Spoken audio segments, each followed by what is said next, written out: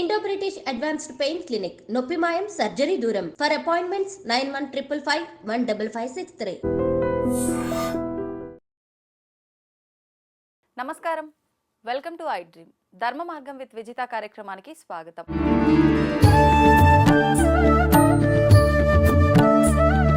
ప్రస్తుతం మనతో పాటు ఉన్నారు sun spiritual society founder, vegetable therapist Vikramaditya garu. ఇప్పుడు వారితో మాట్లాడి మరిన్ని విషయాలు తెలుసుకుందాం. నమస్తే అండి. సూర్యసుంతల్లి. అయితే ఈ మధ్య కాలంలో చాలా మంది ఇప్పుడు కష్టకాలం నడుస్తోంది, గత కొన్ని రోజుల క్రితం వచ్చిన జల ప్రళయాలు, మొన్న రీసెంట్గా వచ్చిన భూకంపాలు, మనకు హైదరాబాద్లో కూడా భూకంపం కొన్ని సెకండ్ల పాటు వచ్చింది అని చెప్పారు. ఇవన్నీ చూడడం వల్ల ఇంకా 2025 ఇంకా క్లిష్ట పరిస్థితుల్లో ఉండబోతోంది. ఇలాంటి ప్రళయాలు ఇవి కొంత మాత్రమే, ఇంకా అతి ఎక్కువగా రాబోతున్నాయి అని చెప్పడం జరుగుతోంది.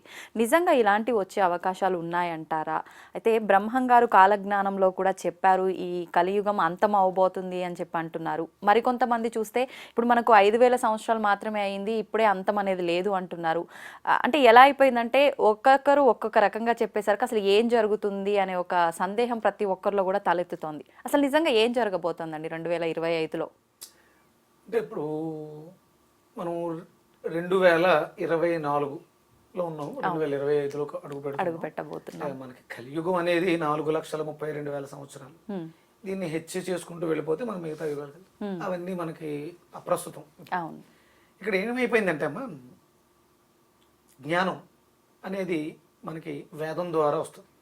ఎప్పుడైతే చాలా పకడ్బందీ ప్లాన్ ఇదంతా, భారతదేశాన్ని లేకపోతే భారతీయుల్ని అజ్ఞానుల్ని చెయ్యాలి, భారతదేశాన్ని దోచేయాలి అనే కుట్రలో భాగం వాళ్ళు చాలా రీసెర్చ్ చేసి వచ్చారు ఇక్కడికి భారతదేశానికి. వాళ్ళ పన్నిన పన్నాగం అంతా మనం ఎంత ఇంత కాదు, సక్సెస్ అయ్యారు ఒక రకంగా. మనం అనుకుంటాం వాళ్ళని తరివేశాం అనుకుంటాం అని, కానీ వాళ్ళు రుద్దినటువంటి ఆ రుద్దుడు, ఆ భావజాల రుద్దుడులో ఇంకా మనకి స్వాతంత్రం రాలే. స్వాతంత్రం ఎప్పుడు వస్తుంది అంటే, నేను మీ పిల్లలకి మీరు ఫ్రీడమ్ ఎప్పుడు ఇచ్చారు? వాళ్ళకంటూ వాళ్ళు అన్ని పనులు ఆలోచించి చక్కగా చేసుకుంటున్నారు అనిపించినప్పుడు ఇస్తాం. అంటే జ్ఞానం వస్తే ఫ్రీడమ్ వస్తుంది. ఇప్పుడు మనం జ్ఞానంలో ఉన్నామా అజ్ఞానంలో ఉన్నామా? అటు ఇటుగా అన్నట్టుగా ఉన్నాం. అంటే జ్ఞానం రానట్టే, అంటే మనకి ఫ్రీడమ్ రానట్టే. వాళ్ళు ఏదైతే చేశారో అక్కడే ఉండిపోయారు. వాళ్ళు వెళ్తూ వెళ్తూ ఏం చేశారు, ఎక్కడైతే వేద భాండాగారాలు ఉన్నాయో, తక్షశిల, నలంద, వీటిలో ఉన్నటువంటి తాళపత్ర గ్రంథాలని తగలబెట్టేశారు. అలాగే గురుకుల విద్యానికేతనాన్ని తీసేసి ఈ వెస్ట్రన్ ఎడ్యుకేషన్ ఎంటర్ చేశారు. అవును, ఇది చాలు మన మెదడులో తొలిచేయడానికి.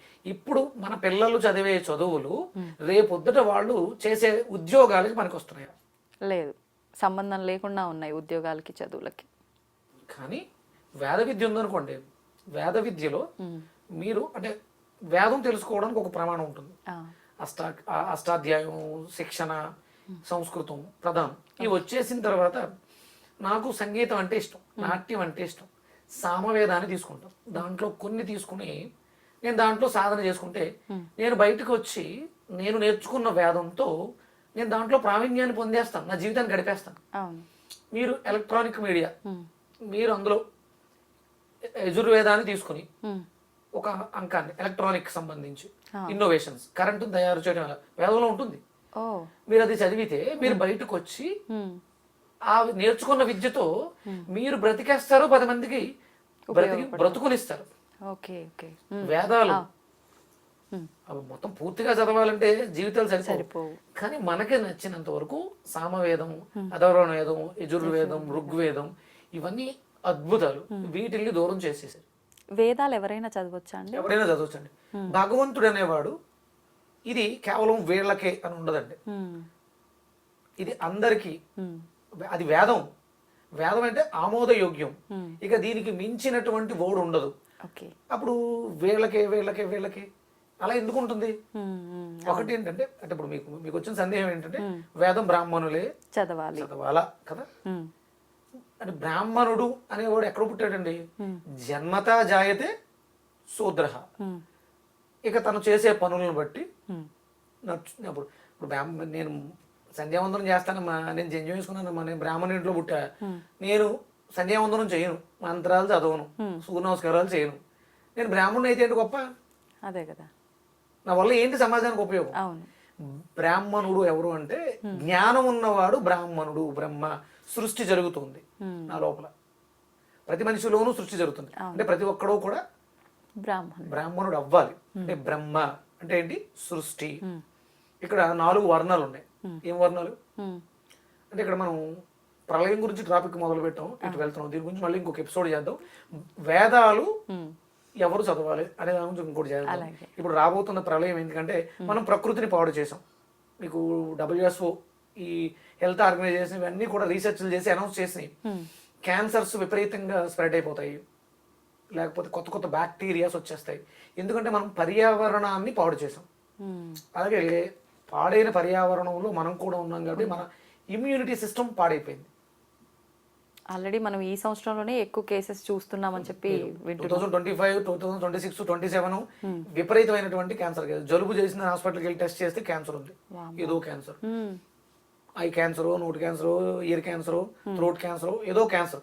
ఎందుకంటే మనం దొరికినట్టు ఇష్టం వచ్చినట్టు తినేసాం, వినేసాం, చూసేసాం, అన్నీ చేసాం. ఈ నవరంధ్రాలని కూడా వాడేసాం. చాలా దారుణమైన పరిస్థితి.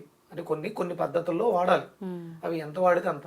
ఇవి ఇష్టం వచ్చినట్టు వాడేసాం కాబట్టి ఇవన్నిటికి సంబంధించిన ప్రమాదాలు కొంచెం ఉన్నాయి. తెలుస్తుంది కదా, తప్పించుకోలేరంటారా వాటి నుంచి?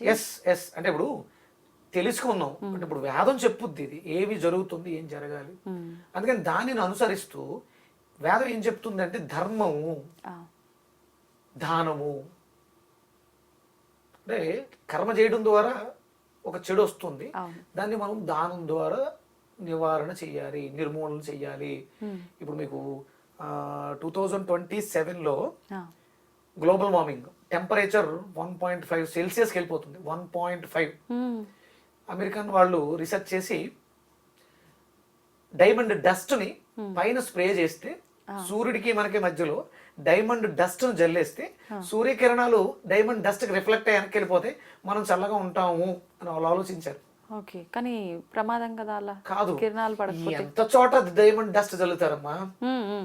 200 మిలియన్ టన్స్ డైమండ్ డస్ట్ కావాలి. అంత డైమండ్ ఎక్కడుంది? కొన్ని లక్షల కోట్లు ఖర్చు అవుతుంది. పోనీ అక్కడ ఉంటుందా? అది బరువుగా ఉంటుంది, వర్షం వస్తే కిందకు వచ్చేసింది, అది పీలిస్తే మనం బతుకుంటాం, చచ్చిపోతాం, ప్రమాదం. అంటే ఇలాంటివన్నీ ఉన్నాయి. రాబోతున్నవి మన చేతులారా మనం చేస్తున్నాం. ఇక్కడ ఏం చేయాలంటే పొల్యూషన్ తగ్గించాలి. ఆ సూర్యతాపం తగ్గాలి అంటే మనం పొల్యూషన్ తగ్గించాలి. మన వల్ల ఇప్పుడు కోవిడ్ టైంలో 2 ఏళ్ళు అందరూ ఎక్కడ వాళ్ళు అక్కడ కాముగా ఉన్నాం, ఓజోన్ పొర కొంత పూడ్చుకుంది, వాతావరణం బాగుంది. ఇప్పుడు ఢిల్లీ 400 చిల్లర ఎంతో పొల్యూషన్. ఎవడో ఏం చేస్తాం? నా వంతు బాధ్యతగా, ఒక భారతీయుడుగా నా వంతు బాధ్యతగా 4 నెలలుగా నేను ఈ దీక్షలో ఉన్నాను. నా వంతు కనీసం నా ఇంటి పరిసరాలని నేను రక్షించుకుంటున్నాను సూర్య ఆరాధన ద్వారా. వేదం ఏం చెప్పుద్దంటే యజ్ఞం దీనికి పరిష్కారం చెప్తుంది. ఆ యజ్ఞంలో నువ్వు ఇచ్చేటువంటి హుతం, ఇది సైంటిఫిక్ గా నేను ప్రూవ్ చేయలేకపోవచ్చు. అంటే యజ్ఞోవై విష్ణువు. విష్ణు అంటే ఏంటి? వ్యాప్తి, వ్యాపించువాడిని విష్ణు అంటారు. యజ్ఞోవై విష్ణు. భగవద్గీత అదే చెప్తుంది. నువ్వు ఆ పదార్థాన్ని హవిసు రూపంలో ఇస్తే అది వర్షం రూపంలో పైకి వెళ్ళి పంట రూపంలో మళ్ళీ వస్తుంది. నువ్వు 10 గింజలు వేస్తే పైకి వెళ్ళి 1000 గింజలు ఇస్తుంది, మళ్ళీ దాంట్లో 10 ఇస్తాం. ఇది సైకిల్ జరుగుతుంది. అందుకని యజ్ఞయాగాది క్రతువులు మాత్రమే రాబోతున్న ప్రమాదాన్ని అరికట్టగలవు. నువ్వు నాస్తికుడు అయినా ఆస్తికుడు అయినా వేరే దారి చూపించడం లేదు, చేసి తీరాలి. యజ్ఞం చేయాలంటే అవునే కావాలి. అవునే కావాలంటే ఇక్కడ కబేలాలకు దోలేస్తాను, తినేస్తున్నారు దున్నపోతుల్లాగా. ఎక్కడొస్తుంది అవునే? అందుకని గోమాతను కాపాడుకోవాలి. గోమాత ఈ సమస్యకి పరిష్కారం. వజ్రం కన్నా 200 లక్షల టన్నుల వజ్ర భస్మం కన్నా గోమాత విలువైంది. గోమాతను రక్షిస్తే తప్ప మనల్ని మనం రక్షించుకోలేము. ప్రపంచ ప్రళయం ఎలాగా తప్పదు. మీకు ఒక చిన్న కథ ఒకటి చెప్తారు. ఒక బస్సులో 36 మంది ఉన్నారు. అనౌన్స్ చేశారు, ఒక పిడుగు అదే ఒక ప్రమాదం జరగబోతుంది, ఒక చెట్టు పడిపోయి ఉంటుంది, అంటే బస్సు ఆగిపోయింది. అందులో ఎవరో ఒకడు పాపాత్ముడు ఉన్నాడు. అందుకని ఒక్కొక్కరిని వెళ్ళి అక్కడికి వెళ్ళి పరీక్ష చేసుకుని రమ్మన్నారు. ఒక్కొక్కరు వెళ్తున్నారు వస్తున్నారు అందరూ అయిపోయారు, ఒక్కడే ఉండిపోయాడు. ఒకే ఒక్క వీడే పాపాత్ముడు అని తేల్చేశారు వాళ్ళు. వీడు వెళ్ళి అక్కడికి వెళ్తే ఆ చెట్టు దగ్గరికి వెళ్తే పిడుగుపడి అటు చచ్చిపోతాడు. ఆయన వెళ్ళనంటాడు, నువ్వు వెళ్ళాలి అంటాడు. మొత్తం మీద ఆయన బలవంతంగా లేచి అక్కడికి వెళ్ళాడు. పిడుగు పడింది, 35 మంది పోయారు. ఈ ఒక్కడు బస్సు దిగుతాడని ఆగింది అది. ఆయన మీద పడలే, పిడుగొచ్చి బస్సు మీద పడింది. అంటే ఈ ఒక్కడు కోసం వాళ్ళందరూ కూడా రక్షింపబడ్డారు. అంటే గోమాతని మనం రక్షిస్తే మనం అందరూ రక్షింపబడ్డాం. అంటే ఒక కర్మ ఏంటంటే అష్టాదశ పురాణాల్లో ప్రపంచ వినాశనం జరుగుతున్న భారతదేశం రక్షింపబడుతుంది, భారతదేశంలో తెలుగు వాళ్ళు రక్షింపబడతారని రాసిందన్న. ఎందుకంటే కొంచెం భయం, కొంచెం భక్తి, ఏదైనా విషయం తెలుసుకుంటే దాని మీద కొంచెం శ్రద్ధ తెలుగు వాళ్ళు పెడతారు. ఈ శ్రద్ధ అంటే మిగతా వీడియోస్ లో అంటే మన అదృష్టం ఏంటంటే ఒక చాగంటి కోటేశ్వరరావు గారు, ఒక సామవేద షణ్ముఖ శర్మ గారు, ఒక గరికపాటి గారు, ఇలాంటి వాళ్ళ ప్రవచనాలు మనల్ని ఎంతో కొంత ఉత్తేజితం చేస్తున్నాయి. కాబట్టి అందులో రాసుంది తెలుగు వాళ్ళు రక్షింపబడతారు ప్రమాదాల నుంచి అని. రక్షింపబడతారని చెప్పేసి ఇష్టం వచ్చినట్టు చేసుకుంటే శిక్ష తప్పదు. అందుకని దయచేసి శ్రద్ధగా ఇక నుంచైనా యజ్ఞ యాగాది క్రతువుల్లో పాల్గొనండి. మేము డబ్బులు కట్టేస్తాం, మీరు యజ్ఞం చేయండి కదా, మీరు కూడా చెయ్యాలి, రావాలి, శ్రద్ధ భక్తితో చెయ్యాలి. అంటే యజ్ఞం మాత్రమే రాబోయే పెను ప్రమాదాల నుంచి మనల్ని రక్షించగలదు. ప్రమాదాలు వస్తాయి, నేను చెప్పేశాను, నాశనం అయిపోద్దు దేశం. అయితే నేను పొద్దున ఒక వీడియో చూసిన, అంటే తమ్ము చూసినా కానీ వీడియో అంతా ఓపెన్ చేసి చూడలేదు. ఒక నైట్ అంతా కూడా ఉండదు అని చెప్పి, డిసెంబర్ 21 ఏదో ఒక నైట్ ఉండదు అని చెప్పి ఉంది దాంట్లో. నిజంగా అలా ఒక నైట్ ఉండకుండా ఉండే రోజు పరిస్థితి ఏర్పడే అవకాశాలు ఏమైనా ఉన్నాయి? అసలు ఎలా సాధ్యపడుతుంది అలా ఒక రోజులో నైట్ లేకుండా ఉండటం అనేది?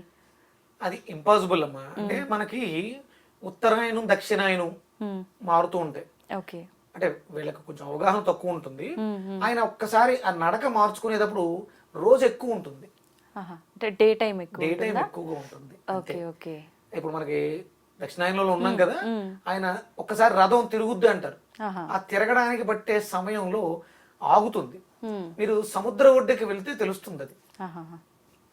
ఉత్తరాయణ దక్షిణాయనం మారేటప్పుడు మనకి కంపల్సరీ అది మేలో అనుకుంటాను, మేలోను అంతే 6 నెలలు గ్యాప్ తోటి. ఇక్కడ ఆగస్టు, డిసెంబర్, జనవరి, ఫిబ్రవరి, మార్చి, ఏప్రిల్, మే, అంతే 6 నెలలు. ఈ నడకలు మార్చుకునేటప్పుడు 1 గంట పెరుగుతుంది. ఓకే, కానీ ఇక్కడ 16 గంటలు ఏదో అసలు ఉండనే ఉండదు, కాలం అంతమైపోతుంది, ఇలా ఏదో చెప్పడం జరిగింది. అలాంటివి అన్ని అపోహలమ్మా. ఇప్పుడు త్రేతాయుగంలో సూర్యనారాయణమూర్తి రాముల వారు శ్రీరామనవమి రోజు ఆయన పుట్టాడు కదా, ఆయన పుట్టాడన్న ఆనందంతో అటువైపు వాలిపోయారట 30 రోజులు. ఆయన వెళ్ళలేదు, సూర్యోదయ సూర్యాస్తమయాలు లేవు. అంటే రాముడు మీద ఉన్నటువంటి ప్రీతితో ఆయన అక్కడ అయోధ్యలో ఉండిపోయారు అని శాస్త్రం చెప్తూ ఉంటుంది. అంతే తప్ప ఇవి జరగవు. ఆయన ఆయన ఆయన తిరుగుతూనే ఉంటాడు, భూమి తన చుట్టూ తాను తిరుగుతూ సూర్య చుట్టూ తిరుగుతూనే ఉంటాడు. కాబట్టి ఇలాంటివి ఏమీ జరగవు. చిన్న మార్పు అలా జరుగుతుంది తప్ప ప్రళయం అయితే ఇప్పుడప్పుడే కాదు. 4,32,000 సంవత్సరాల్లో మనం అంటే మనం లెక్కించింది 5,000 సంవత్సరాలు ఉన్నా మనం లెక్కించేది 2,000 సంవత్సరాలే. కాబట్టి ఇప్పుడప్పుడే అంతం అయితే కాదు. అందరం కూడా 2030 దాటేస్తాం. అంటే ఏమైనా వ్యక్తిగతంగా పొరపాట్లు చేస్తే చూడకపోవచ్చేమో గానీ ఇప్పుడప్పుడే ఇదేం జరగదు. కొంచెం ధర్మాన్ని దృష్టిలో పెట్టుకోండి. దానము అది సమిధా దానం అవ్వాలి. అంటే యజ్ఞకుండంలో వేసేటువంటి సమిధ దానం, గురుతాదానం, ఆవు నెయ్యి, ఇవి రెగ్యులర్ గా చేస్తూ ఉండాలి. మనం ఉన్న దేవాలయాలు ఎందుకు కట్టారు అంటే ఇలాంటివి చేయడానికి వేదికగా ఉంటాయని. మనకి ఫ్యాషన్ అయిపోయింది, చేయట్లే, కొళ్ళకి వెళ్ళట్లా. ధర్మం ఇది, ఆ ధర్మాన్ని అనుసరించండి. మీరు ఆస్తికుల నాస్తికుల కాదు. అగ్ని దేవుడు, ప్రత్యక్ష దైవం, కాలుతుందిగా. వాయువు దేవుడు, పేల్చకపోతే చస్తనాంగా. భూమి దేవత, నడవకపోతే ఉండలేంగా. ఇవన్నీ నిజాలు, ప్రత్యక్షమైనటువంటి దైవాలు. సూర్యచంద్రులు మనకి సాక్ష్యాలు. వాటికి ఇప్పుడు మీరు అన్నట్టుగా యజ్ఞయాగాలకు మాత్రమే ఈ దానాలు అంటే ఆవు నెయ్యి ఇవ్వాలా, లేదంటే ఆలయంలో కూడా చాలా మంది దీపారాధన కోసం సంబంధించినవి దీపారాధన చేస్తే దీపం వెలుగుతుంది అంతే. యజ్ఞం చేస్తే మంత్రోచ్చారణతో శక్తి పుడుతుంది. Okay okay. యజ్ఞం వేరు, దీపం వేరు. దీపానికి నూనె వాడతాం. అవును. అంటే కంపల్సరీ ఇంట్లో దీపం వెలిగించినప్పుడు అవునే శ్రేష్టం అంటాం, కానీ దీనికన్నా ఆ ఖర్చు పెట్టే నూటిని ప్రతి ఇంట్లో వాళ్ళు కూడా చిన్న యజ్ఞం, ఇంట్లో చేసుకునేటువంటి చిన్న యజ్ఞం ఉంటుంది. ఓకే. ఎవరికి వాళ్ళు ఇంట్లో చేసుకుంటే చాలా ఉత్తమం అమ్మ. ఏంటండి ఆ యజ్ఞం? అది రెగ్యులర్ గా నిత్యాగ్నిహోత్రం. ఆహా. ఒక 4-5 చిన్న సమిదలు, చిన్న ఆవు పిడకలు వేసుకుని ఒక 2-3 స్పూన్లు ఆవు నెయ్యి వేయలేమా? వేయచ్చు. రోజుకు ఒక 50 గ్రాముల ఆవు నెయ్యితో హవిసిస్తే నీ ఇల్లు వాతావరణం చేసి చూడండి, మీకే తెలుస్తుంది. అభివృద్ధి అనేది మీకు అర్థమవుతుంది. దానం అంటే అది ఫస్ట్. ఓకే. ఎందుకంటే ఇప్పుడు ఇవాళ అన్నం పెట్టా, తినేసి వెళ్ళిపోయారు, రేపు ఎవరు అన్నం పెడతారని ఎదురు చూస్తారు. అవును. కానీ పంట పుష్కలంగా పండించగలిగి హోమం చేస్తే ఇది పైకి వెళ్ళి వర్షమై వచ్చి పంటగా తయారవుతుంది. ఫలిస్తే 10 మందికి అన్నం పెట్టుకోవడం అవుతుంది. అవును. ఇది అందరికీ ఆమోదం. తినేస్తే తింటూ వెళ్ళిపోతే అయిపోతుంది. ఎవరు పెడతారని ఎదురు సోమరిపోతులు పెంచుతుంది. దానం అంటే ఫస్ట్ యజ్ఞాదానం, తర్వాత శాంతి దానం. అంటే కాళ్ళు చేతులు లేవు, ముసలి వాళ్ళు పని చేయలేరు, అలాంటి వాళ్ళకి అన్నదానం శ్రేయస్కరం. మీరు ఇక్కడ క్యాన్సర్ హాస్పిటల్ దగ్గర బళ్ళు వచ్చి తెగబెట్టేస్తూ ఉంటారు. అంటే అక్కడ పాపం పొరుగు ఊర్ల నుంచి వచ్చినటువంటి క్యాన్సర్ పేషెంట్లు పెట్టడంలో తప్పలేదు. అక్కడ కొంతమంది సోమరిపోతులు ఉంటారు, ఎవడొచ్చి పెడతాడా అని. అక్కడ తినేయడం, అక్కడే ఉండడం, అక్కడే సొట్లో బేడులు సిగరెట్లు తాగడం, మందు తాగడం అన్ని చేసి అక్కడే ఉంటారు. సోమరిపోతులు పెంచుతారు ఆహారం కోసమే. ఓకే. మీకు కలిగింది మీరు యజ్ఞాదానము మీ దగ్గరలో ఉన్న దేవాలయాల్లో వారంలో ఒక రోజు, నెలకు ఒక రోజు వెళ్ళి కూర్చుని, అదే వాళ్ళు చేస్తారో చేయరో మనకు తెలియదు కదా, అందుకని దగ్గర కూర్చొని హోమం చేయించుకోండి. ఒక గంట కేటాయించలేమా? అవును, కేటాయించవచ్చు. ఈ దానం చేయాలి. అన్నదానం మంచిదే, కానీ అది అపాత్ర దానం అవుతుంది. యజ్ఞాదానం అపాత్ర దానం కాదు.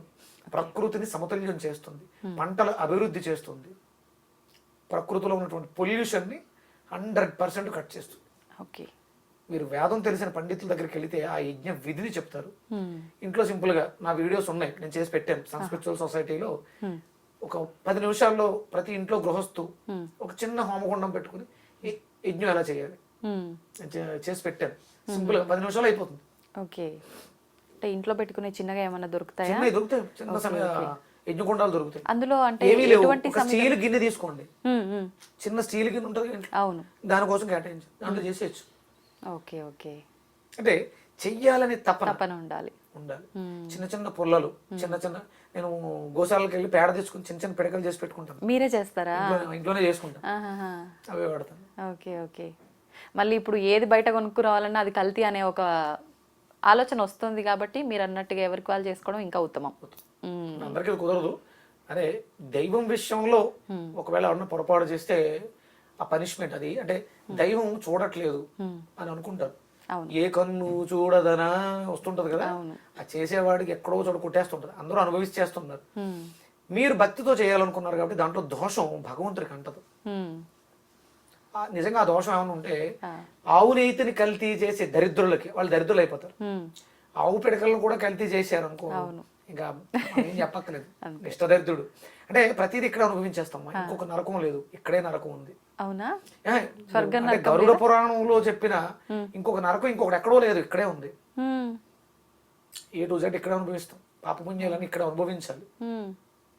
అందుకని మీరు చేస్తున్న దాన్ని దృష్టిలో పెట్టండి. ఏం చేస్తున్నారు అనేది నాకు మీరు చేసే తప్పు తెలియకపోవచ్చు, మీకు తెలుస్తుంది అంతరాత్మకి, దానికి సమాధానం చెప్పాలి. ప్రతిదీ ఎనర్జీ. అవినీతిని కల్తీ చేస్తే ఎనర్జీని కల్తీ చేసావు కాబట్టి పాపం తెలియక నేను హోమం చేసేసాను, దాంట్లోంచి ఏదో పుట్టింది, ఒక శక్తి పుట్టింది. నిష్కల్మషమైన మనసుతో చెయ్యాలని తపంతో చేశాం కాబట్టి సత్ఫలితం నాకు, చెడు ఫలితం ఆ తప్పు చేసిన వాడికి. 100% కర్మను ఎవరు తప్పించలేరు, లెక్కలు చెప్పేయాలి. అవినీతిని కల్తీ చేసి ఎన్ని కోట్లు సంపాదిస్తావు? నీ కొడుకో కూతురు లేకపోతే నువ్వు నీ పెళ్ళము క్యాన్సర్ వచ్చి పోతే హాస్పిటల్కి వెళితే బ్యాలెన్స్ చేస్తా. నిజాయితీగా నిక్కచ్చిగా రూపాయి సంపాదించు, తృప్తిగా గుండెల మీద చేసుకుని హాయిగా నిద్రపోతావు. ఎంతమంది కోటేశ్వరుడికి నిద్ర ఉందమ్మా, ఎంతమందికి ఆకలి ఉంది, మనశ్శాంతి ఉండదు. ఉపయోగించి ఈ విషయాల్లో కల్తీ ఎవరిని చేసేస్తున్నాం? కల్తీ నిన్ను నువ్వు కల్తీ చేసుకుని నీ ఆత్మసాక్షి నిన్ను నువ్వు మోసం చేసుకుని అనారోగ్యంతో జీవిస్తున్నావు, హ్యాపీగా లేరు. అవును. గుండెల మీద చేసుకుని చెప్పండి, ఇది జరుగుతుంది. ఇక్కడ చూస్తాం ఆ రాబోయే 25, 26, 27లో ఇవే జరుగుతాయి. ఎవరైతే దుర్మార్గులు ఉన్నారో, పాపాత్ములు ఉన్నారో 2 సంవత్సరాలు ఉంటాయా ఇబ్బందులు? 25, 26, 27, 3 సంవత్సరాలు 3 ఉంటాయా? సంవత్సరాలు, 27, 28. అంటే 27 చాలా ప్రమాదకరంగా ఉంటుంది, 28 చూస్తామో చూడడం అనేది చూడాలి. 1.5 సెల్సియస్ అంటే మరి వేడి తీవ్రత ఏ రకంగా ఉంటుంది అనేది చూడాలి. సైంటిస్టులు వాళ్ళ ప్రయత్నాలు వాళ్ళు చేస్తున్నారు, చూద్దాం ఏం జరుగుతుంది. మీరు అన్నట్టుగా మనం ఈ ధైర్యంతో ఉందాంలేండి, మనం రక్షించుకుందాము, మనం రక్షింపబడదాం. నా వంతుగా నేను 4 నెలలుగా చేస్తున్నాను. రేపు మాఘమాసంలో మహాశౌర్యాగం పెద్దగా చేయాలనుకుంటున్నాను, దీన్ని దృష్టిలో పెట్టుకుని. నాకు కొంతమంది సహకరిస్తున్నారు. మనం ఉన్నంత వరకు జూబ్లీ హిల్స్, అంటే నేను ఈ ఏరియాలో ఉన్నాను కాబట్టి జూబ్లీ హిల్స్, బంజారా హిల్స్, ఈ పరిసర ప్రాంతాలు నా వరకు నాకు ఓపిక ఉన్నంత వరకు నేను చేసి రక్షించడానికి ప్రయత్నం చేస్తాను. భగవంతుడు నాకు ఆ శక్తిని ఇచ్చాడు కాబట్టి. నాకు అంటే కొంతమంది ఉన్నారు, నాకు ఫ్రెండ్స్ ఓమిని హాస్పిటల్స్ అని హాస్పిటల్స్ వాళ్ళు ఉన్నారు, సపోర్ట్ చేస్తున్నారు. నేను చెప్తే చేయిస్తారు వాళ్ళు, కార్యక్రమాలు జరుగుతున్నాయి. నేను ఓమిని హాస్పిటల్స్ లో మహాశౌర్యాగం చేయించాను. అంటే కనీసం అక్కడ ఉన్న పేషెంట్స్ బాగుంటారు. ఇలా నాకు తెలిసిన వాళ్ళు రీసెంట్ గా ఎవరో కొల్లూరులో ఒక విళ్ళ శంకుస్థాపనకి హోమం చేయించి శంకుస్థాపన చేశారు. ఆ వాతావరణం అంతా ప్లెజెంట్ గా అయిపోయింది. మామూలుగా గృహప్రవేశం అప్పుడు చేసుకుంటారు కదా, మీరు ముందుగానే చేయించారా? చెయ్యాలమ్మా, చాలా జీవరాశి పోయి తవ్వితే మనం కన్స్ట్రక్షన్ చేసే చాలా చేసేస్తాం. అందుకని ముందుగా దానికి మళ్ళీ శాంతి ప్రక్షాళన కింద హోమం చేయించి శంకుస్థాపన చేయించాం. ఇలా నాకు అవకాశం ఉన్నంత వరకు రేపు నేను కళ్యాణం చేయిస్తున్నాను. సాయి గారు అని నా ఫాలోవరు, వాళ్ళ ఇల్లు నేనే కట్టించాను, అప్పుడు కూడా చేయించాను. ఆయన చాలా హ్యాపీగా ఉంటాడు, ఆ ఇంట్లో. ఆ బయట మీకు ఎలివేషన్ లో 7 గుర్రాలు రథం ఎక్కిన సూర్యుడు వస్తూ ఉన్నట్టు ఉంటుంది. అంటే అంత మళ్ళీ మనం అందరం కూడా అంటే ఒకటే, ఏదైనా వస్తుంది అంటే సూర్యుడిని మనం పాడు చేస్తున్నాం కాబట్టి వస్తుంది, మళ్ళీ ఆయన్నే వేడుకుంటే పోతుంది. అవును, వేడుకోవాలి. మన ప్రయత్నం మనం పాడు చేయకుండా మంచిగా ఉండేటట్టుగా చూసుకోవడానికి ప్రయత్నం చేయాలి అందరూ కూడా. మీ తపన నాకు అర్థమైంది. ఈ ఇంటర్వ్యూ మీరు ఇంతకుముందు వేరే ఆయనతో పెద్ద ఆయనతో చేయడం చూశాను నేను. అవును, అంటే సమస్య ఉంది, పరిష్కారం ఏంటంటే యజ్ఞమే. మనకు ఉన్నటువంటి అష్టాదశ శక్తి పీఠాల్లో హోమగుండాలు ఉంటాయి, వెళ్ళండి, చేయించండి. మీకు కొట్టప్పకొండ ప్రతి గురువారం అక్కడ హోమం చేస్తారు, అక్కడికి వెళ్ళి పార్టిసిపేట్ చేయండి. మన దేవాలయాలు, ప్రతి దేవాలయంలోనూ గణపతి హోమం ప్రతిరోజు జరగాలి, జరగట్లేదు. అవి ఎవరో ఒకళ్ళు భాగస్వాములు అవి రోజుకొక, అంటే నెలలో ఒకళ్ళు పార్టిసిపేట్ చేస్తే 300 మంది ఉన్నాం కదా. యజ్ఞ యాగాది క్రతువులు మాత్రమే, అంటే ఒరిజినల్గా ఇవి రాజులు చెయ్యాలి. రాజ్యం సుభిక్షంగా ఉండాలంటే రాజులు యజ్ఞయాగాది క్రతువులు, దానాలు చేసేయడం కాదు, వరాలు నీకు 10,000 ఆ ఫండు ఈ ఫండు ఇవ్వడం కాదు. యజ్ఞం చేస్తే పుష్కలమైనటువంటి పంటలు, పుష్కలమైనటువంటి వర్షాలు, అకాల వర్షాలు రావు, ప్రకృతి వైపరీత్యాలు రావు. ఇది చేయడం ద్వారా నువ్వు ఎన్ని డబ్బులు ఇస్తే కాపాడగలుగుతావు వరదల నుంచి. వరద రాకుండా ప్రికాషన్ ఏంటి అంటే వేడుకోవటం. అంటే ప్రపంచానికి ప్రళయాలు వస్తున్నాయి, దుబాయ్, భారతదేశం అంత రాలే. ఇక్కడ ఎంతో కొంత పుణ్యం, ఎంతో కొంత చేస్తున్నాం మనం, అవి కాపాడుతున్నాయి. అది ఇంకొంచెం బాగా చేస్తే. మీ ఇంటర్వ్యూ చూసిన తర్వాత నేను మీతో సమస్య ఇదే, దాని పరిష్కారం ఏంటంటే ధర్మము. ఏంటి ధర్మం అంటే దానము. ఆ దానం ఏంటి అంటే సమిధానం, వృథాదానం. గోమాతను రక్షించుకోవటమే మార్గం. భారతదేశానికి స్వతంత్రం వచ్చే పూర్వం ఎన్ని ఉండేవనుకో తెలుసు గోవులు? 140 కోట్లు. ఇప్పుడు అప్పుడు మనకి జనాభా 30 కోట్లే. 30 కోట్ల జనాభాకి 140 కోట్లు. ఇప్పుడు 140 కోట్ల జనాభా, గోమాతలు ఎన్ని ఉన్నాయి? మొన్న సర్వే చేయించారు, 17 కోట్లు అంటాం. ఎంత దౌర్భాగ్యం! దరిద్రం అయ్యి గోమాతల్ని కబేళాలకు తరలిస్తుంటే చూస్తూ, మన అమ్మ ఎవరో యుద్ధం చేసింది, బంగారపు గుడ్డు పెడుతుందని బాతును కోసినట్టే దరిద్రులు గోవు మంచిది తినేస్తున్నారు. మనం ఏం చేస్తాం? తప్ప ఆడిదా? కాదు, మంది అమ్ముతున్నాంగా. మనం అమ్మకపోతే కొనలేడు కదమ్మా, వాడు తినేస్తాడు అంటున్నాం. అమ్మేది ఎవడు? రైతేగా. ఆపండి. ఇప్పుడు వ్యవసాయదారులు ఆత్మహత్యలు ఎందుకు చేసుకుంటున్నారు? పంటలు సరిగా పండక ఎందుకు పండట్లేదు? సరిగ్గా వ్యవసాయంలో పూర్వం ఎద్దులు వ్యవసాయం చేసేవి. గోధూళి పంట పొలాల్లో ఉండేదమ్మా. అవును అవును. అందుకని అమ్మ గోమాత, భూమాత పరవశించేది గోవు నడిచిన ప్రాంతం కాబట్టి పంటలు పండేవి. నువ్వు ఎరువులు వేస్తున్నావు, గోమాతను తీసి ట్రాక్టర్లో పెట్టావు. అవును. పాలేకర్ గారు, విజయ్ కుమార్ గారు వీళ్ళు చేసేది అదే కదా. అవును అవును. వాళ్ళకి సక్సెస్ అవుతుంది, మీరు ఇంకా అడుక్కు తింటున్నారు, అప్పులు చేసుకుంటున్నారంటే కారణం ఎక్కడుందమ్మా? పాడి పంట రెండు కలిసి ఉంటేనే బాగుంటుంది.